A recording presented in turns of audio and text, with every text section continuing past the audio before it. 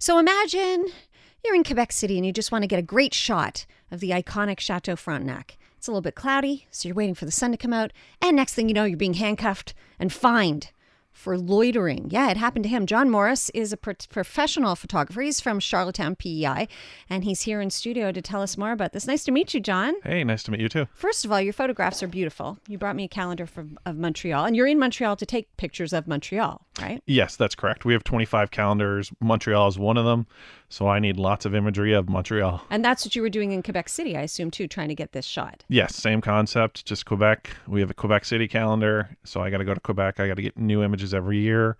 And of course, I'm in Quebec City trying to get a unique image of the Frontenac. We might also be doing a book, so I need to photograph it a zillion different ways, and then we'll decide later what images we're going to select. So paint the picture for us. You're there nearby, and you're set up, and you're just trying to get the perfect shot. How's this unfolding? So I go there, I get my composition set up. I'm using a fixed lens, so it's not like I can zoom in or zoom out. It's what you see is what you get. Like, that's it. There's no zoom component to this. I need to get in a spot where I can photograph most of the Frontenac, as well as the staircase that's ahead of me, and I need to set up this shot perfectly. So I figure out where a good spot is, and then I'm waiting. And of course, when you're waiting near the Frontenac, and you have a big tripod, and you have a camera, people are coming up to you asking, Sure. Will you take my photograph? Yeah. They're kind of suspicious. Like, you got a camera, it's a big camera, you got a tripod. Will you take my photograph? Like, they think you're there to take pictures and sell them to people of tourists. I don't actually know what the thought process is, but Okay. at the end of the day, they want a photograph taken with their iPhone. Okay. Usually with their iPhone. I see. They're like, oh, that guy's a pro. Let's get him to take an awesome shot of us in front of the Château Frontenac or whatnot. Yes. Okay, so those are like tourists, but then you got approached by authorities. Yes. Eventually, the police came out, and they said, you've been here for 30 minutes. And It's not that long. No, it's time to move along. I thought I was there for 20. And in the whole mixed, I had multiple conversations. I actually took photographs for 6 people, one group of 5, one group of 4. We did a bunch of poses. Probably took about 30 photos each. I only actually took one for myself, and it was to set up the composition. Yeah. So 60 of the images I created that day were for other people. One was for myself. I mean, I don't mean to sound flippant about it, but ultimately, who cares? Whatever. You're allowed to be out in public taking pictures. Yes, on a public sidewalk, perfectly okay. So what was the issue? They just didn't want me there. Okay. Now, it was a little bit close to the American consulate. So was that part of the issue? Were there some security concerns? Yes. The police later said to me, I had 2 different things from the police. One was the American consulate was afraid of my lens. Okay. This is not a zoom lens. It's a fixed lens, you said, right? On top of it, I'm standing on ground level. And if I was to photograph the consulate, the windows, you have to look up.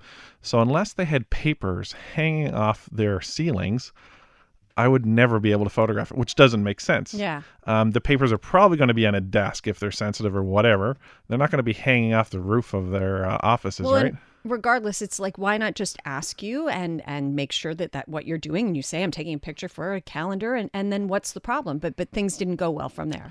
No, I explained to them multiple times that, look, I'm a landscape and editorial photographer. I'm here to take photos of the Château Frontenac, and that's what I'm doing. And somehow they came up with the fine of loitering without a purpose. Loitering without a purpose, that's one thing. But then handcuffs? Yes.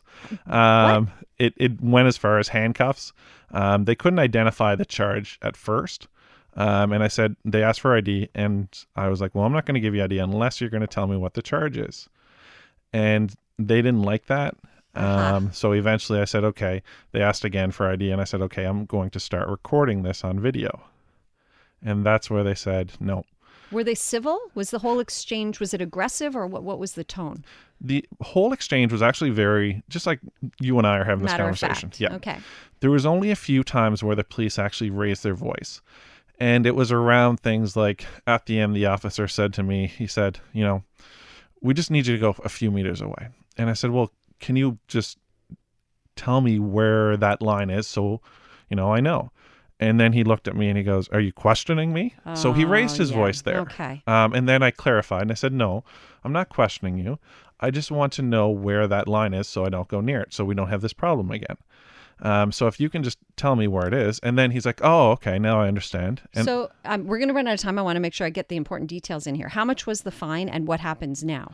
it was $230. I've pled not guilty. Yeah. And we take it from there. Now, I understand that you're not the first person to have this happen to them, that these loitering fine, because there's a lawyer, a criminal defense lawyer, who takes these cases on regularly, loitering cases, and the definition of the offense is unclear and it's kind of arbitrary. So do you think you stand a good chance here of winning this case? I mean, without reason, without purpose. I'm a photographer taking photos for calendars, books, jigsaw puzzles. There's your reason. And you never got your perfect shot. So all of this hassle and fiasco, and you never got the picture exactly like you wanted it. Never got the perfect shot. I explained the officers how to actually take photographs and what I'm actually looking for. They got a free course on how to take photographs. And while I was in the back of the SUV, sure enough, the gray clouds came, and I mentioned it to the officers. I said, "If you look now, you'll see the exact image I wanted, all within the time frame of this situation." Oh, how frustrating. I'm hoping you had more luck here in Montreal, because now you're here in the city taking pictures for this beautiful calendar and the work that you do. So what kinds of things were you taking pictures of here today? So, I mean, today was actually meetings. We've had, I'm here with one of the sales reps. She was coming to town. I said I'd join her. We had a ton of meetings today with stores that want to carry our calendars or jigsaw puzzles. So I'm hoping to get out to take some images hopefully tonight. But I'm looking like there's iconic things here, right? You've got the biosphere, you've got the beautiful old port, you've got the mural of Leonard Cohen on Crescent Street. I mean, it's just it's great. All these very typical iconic images of our city. This is what you do. There's no way you should be charged for loitering for it. Please keep us posted on how this unfolds. Yeah, I definitely will. And thank you. I'll let everyone know if you want to see any of John's work. johnmorrisphoto.ca is the best way to check that out. And bear that in mind next time you're trying to take a picture. You could actually be charged with loitering. Fight it like John does.